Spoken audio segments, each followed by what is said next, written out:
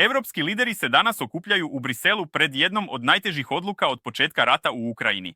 Na stolu je pitanje da li Europska unija treba da pozajmi Ukrajini desetine milijardi evra iz zamrznute ruske imovine. U pitanju je oko 210 milijardi evra ruskog novca koji se nalazi u EU, od čega se najveći deo čuva u Belgiji, u financijskoj instituciji Euroclear. Ako novac ne stigne uskoro, ukrajinski budžet bi mogao da presuši već za nekoliko meseci. Europska komisija predlaže da se Ukrajini pozajmi oko 90 milijardi evra u naredne 2 godine, kako bi se održala vojska i ekonomija. Pristalice plana tvrde da bi to poslalo snažnu poruku Moskvi da rat nema smisla.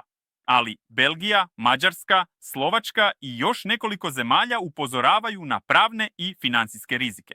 Belgijski premijer poručuje da još nije ubeđen da je plan bezbedan, dok Rusija već tuži Euroclear i upozorava da bi korišćenje novca bilo krađa. Odluka zahteva široku većinu država članica, a bez saglasnosti Belgije dogovor je gotovo nemoguć. Ako plan propadne, Ukrajina ostaje bez ključnog financijskog oslonca, upravo u trenutku kada su pregovori o miru i dalje neizvesni.